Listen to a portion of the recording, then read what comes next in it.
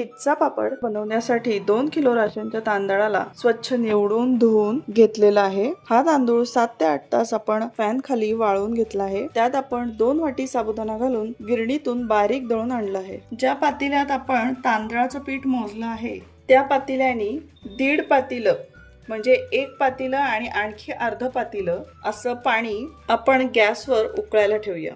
पाण्याला छान उकळी आली की यामध्ये आपण 3 ते 4 हिरव्या मिरच्या, 1 चमचा जिरं याची मिक्सर मध्ये बारीक केलेली पेस्ट घालूया। आता यामध्ये आपण 2 किलो तांदळाच्या पिठाला 60 ग्रॅम पापड खार घालूया। जितका आपण पापड खार वापरू त्याच्या बरोबर अर्ध्या वजनाचं आपण मीठ या उकळत्या पाण्यात घालूया। लाकडी चमचा किंवा लाटण्याने सगळं व्यवस्थित मिक्स करून घेऊया। पाण्याला छान उकळी आली की आपण गॅसची फ्लेम मीडियम वर ठेवूया आणि तांदळाचं पीठ हळूहळू पाण्यात घालून लाटण्याने सर्व व्यवस्थित मिक्स करूया। सगळं व्यवस्थित मिक्स झालं की याला आपण 10 मिनिट झाकण ठेवून बंद करून ठेवूया। 10 मिनिटं झालेली आहेत। यावरचं झाकण काढूया। तांदळाचं पीठ एका परातीत काढून घेऊया।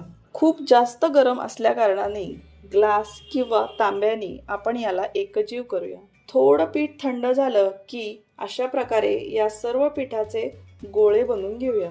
साईडला एका पातेल्यात अर्ध पातेलं पाणी गरम करायला ठेवूया। पाणी छान उकळून देऊ की मग यावर आपण स्टीलची चाळणी ठेवूया आणि मग यावर आपण जसे बसतील तेवढे गोळे आपण चाळणीवर वाफवायला ठेवूया।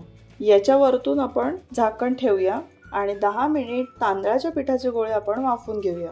10 मिनिट झालेले आहे। पिठाचे गोळे वाफवून झालेले आहेत। गोळे व्यवस्थित वाफवून झाले आहे की नाही हे चेक करण्यासाठी आपण गोळ्यांना हात लावून बघू। अजिबात आपल्या हाताला चिकट पीठ लागलेलं नाहीये। हे गरमागरम तांदळाच्या पिठाचे गोळे आपण तांब्यानी किंवा ग्लासनी असे मोडून घेऊया आणि पीठ सगळं एकजीव करूया। एखादा चमचाभर तूप लावूया आणि सगळं पीठ एकजीव झाल्याच्या नंतर आपण या पिठाच्या गोळ्याचे जेवढा आपल्याला पापड बनवायचा आहे तेवढ्या छोटे छोटे आकाराचे गोळे बनवूया। खिच्चे बनवण्याच्या लाकडी मशीनवर आपण प्लास्टिकचा पेपर ठेवूया। यावर पिठाचा छोटा गोळा ठेवूया। यावर आपण आणखीन एक प्लास्टिक ठेवू आणि वरून प्रेस करूया। तुम्ही बघू शकता खूप छान असा खूप इझिली खिच्चा पापड तयार आहे। एक एक करून आपण याला कॉटनच्या कापडावर वाळायला ठेवूया। एक पूर्ण दिवसभराचं ऊन दिलं की पापड छान वाळतात। 1 किलो मध्ये 100 पापड बनतात। हे पहा पापड छान वाळून तयार झालेले आहेत। आपण आता याला तळून पाहूया। गॅसची फ्लेम मीडियम वर आहे। तेल तापलं की पापड यामध्ये सोडूया। सर्वांच्या आवडीचा कुरकुरीत खिच्चा पापड तयार आहे। आवडली ना रेसिपी?